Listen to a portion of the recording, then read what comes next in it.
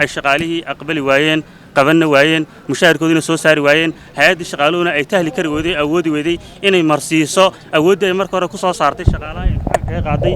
inay marsiiso oo ku shaqo geliso inay awoodi weyday baan madaxweynaha jamhuuriyadda Soomaaliland u sheegaynaa oo ay shaqaalihii bacadka wareegayaan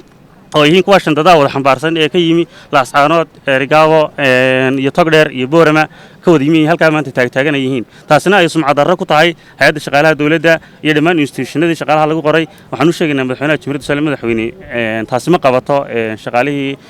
waxyaabaha badan filayay ee farxay islaha maanta baa qalinkiini halka boorka ka dambeeya waxa ku qoran cadaalad aan ciid lahayn qalin aan qabiil lahayn iyo sarreynta sharciga ku qoran boorka ka dambeeya waxaan u sheegayaa madaxweynaha jamhuuriyadda Soomaaliland inaan waxa boorka ku qoran ee hay'adda shaqaaluhu ay soo bandhigtay inaan waxba ka jirin oo aan shaqaynin oo ay tusaale u tahay dhalinyarada maanta halka taagtaagan ee qalinkiin ay adeegsadaan oo ku soo baxeen aan wax u suurtagal aan jirin taasaan u sheegayaa madaxweynaha jamhuuriyadda Soomaaliland iyo cid kasta ay khusayso inaanay arrintaas arrin shaqaysi aanay ahayn meel aanay gaadhin oo ay dhalinyarada taabacadka wareegaysa intaas ku soo koobaya magaalada guud waxaana kamid ah 300 qof maxay ardayda imtixaanaadka ku soo baxay ee cadaaladda ku soo baxay maanta halkan waxaan iskugu nimidnay 6 gobol baa aan halkan iskugu nimidnay in wixii maxay hay'ada aan hubino oo ka daba tagno kulli mid laakiin gobolada oo dhan waan isugu jirnaa Laascaanood baa ka yimaadeen Boorama ka yimaadeen Saaxil ka yimaadeen Hargeysa Togdheer dhammaan gobolada gobol ee Soomaaliland marka maanta halkan waxaan u sheegaynaa dadkii khusaysa arintayadani in maxay hay'ada cadaaladii aan ku soo baxnay in aan baan anagu rabnaa wax inaanu dhaleecan sameeyno maanaan halkan umaanaan soo istaagin fadaxadna umaanaan soo istaagin laakiin waxaan u soo istaagnay in cadaaladii aan ku soo baxnay iyo qalinkayga aan ku soo baxnay inuu shaqeeyo oo maxay day golaha wasiirada waliba cabashadu waxay ka taagantay golaha wasiirada in maxay hay'adii maanta hay'adii shaqaaluhu waxba iyadu naga hakran nasiiba maxay day gudoomiye hore waxay xalaale wuxuu naga hakran ma jirto sababtoo ah cadaalad baan ku soo baxnay qalinkayga aan ku soo baxnay laakiin waxaan rabnaa in cadaalad aan ku soo baxnay aan hadana ku socono in laga horeysiyo maaha maxay kii uu keenay daaxayna xildhibaanka ama wasiirku inuu naga horeysiyo maaha in anagana la horeysiyo ayaan rabnaa talabaada kale waxaan u sheegnaa madaxweynaha qaranka ee sharafta leh in maxay hay'day mudane madaxweyne in maxay hay'day ay ku shaqeeyaan maxay hay'day siyaasadaadii oo maxay hay'day u dhiirgeliyaan oo u dhiirinaanad weyn golaha wasiiradu waayo maxay hay'day waxa jira wasiiro badan oo maxay hay'day cadaadin saaray maxay 300 qof ee arday oo maxay hay'day qaadan waayay oo wali maxay hay'day ay isla cakreen hay'ada shaqaalaha intaasan ku soo gabagabeynaa hadalkayga cadaalad baan rabnaa aad baad u raaxaysantay soo dhawaad adiguna hal kale walaal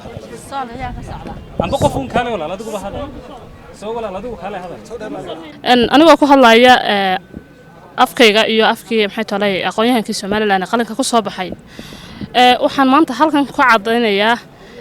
in maxay tahay aanan wada hawlgelin ee kala badh 3 meelood oo 2 meelood aanan hawlgelin wali aanu dabada meerayno annagoo ku soo baxnay qalin oo maxay tahay aqoonteeda rabnay inaan qalinka ugu adeegno qarankayaga in haddana cadaadis iyo cabrin aanu ka dareeno ee wasaaradihiina lagu qoray waxa weeyaan waan shaqaan weeyaan waxaan ka codsan lahayn madaxweynaha Soomaaliland go'aanka geesinimada lahaa ee aad markii horeba qaadatay in qalinka uu shaqeeyo oo da'yarta la tartansiiyo oo qarankan loogu adeego aqoon bilaa caleeg waxaan codsanaynaa inaad nooga dhabayso oo maxay tahay aan cadaalad ku howlgalno waxa kale oo aan taa raacin lahaa waxaan lahayn dad aqoonyahana akaademiga baan ahay waxaan ahay labayntii da'yarta oo qalin baan ku soo baxnay waxaan rajaynaynay depositionist noo qalma iyo markaasi inaan helno waxa taa ka soo daba baxday in intayadii badanayd loo soo dhajiyay darajooyinka B